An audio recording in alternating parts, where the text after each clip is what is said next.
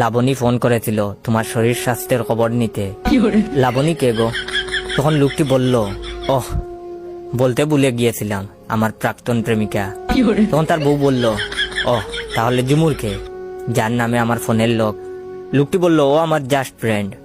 তখন তার বউ বলল, খুব ভালো, ফেসবুকে যে মেয়েকে নিয়ে রোজ কবিতা লিখতেন সে কে? তখন লোকটি বলল, ও প্রেমে শেখা খেয়েছে, তাই সান্ত্বনা দিতাম আর কি। তখন তার বউ বলল, সেন্ট মার্টিন সান হোটেলের রুম নম্বর 13, ওই মেয়েটার নাম কি আমি বলবো?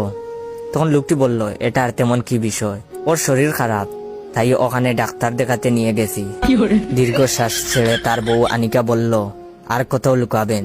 তখন লোকটি বলল, কত লুকানোর কি আছে, আমি তোমার মতো না, সবার কথা তো বলেই দিলাম। আর শুধু তিশার সাথে 3 মাসের সম্পর্ক ছিল, ওর বান্ধবীর সাথে 1 মাস। স্যারের মেয়ের বেশি কথা বলতো তাই বাদ দিয়ে দিছিলাম। জিনিয়া, মমিতা, লামিয়া আর সেতুর সাথে একবার সিলেটের বাইরে ঘুরতে গেছি। মিম, রিমা, সোনিয়া, স্বর্ণালী আর কবিতার সাথে তো প্রেম জমার আগেই বিয়ে হয়ে গেছে। নাবিলা, মাহমুদা, তানজিনা, রাত্রি, ইশরাত, সাদিয়া, সুমাইয়া, লিজা তো অনেক আগে শেখা দিয়ে চলে গেছে। এতটুকুই। আর তুমি?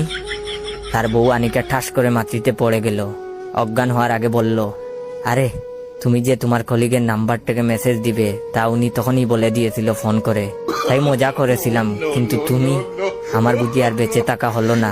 আম্মু গো, এই কার লোকে আমার বিয়া দিছো?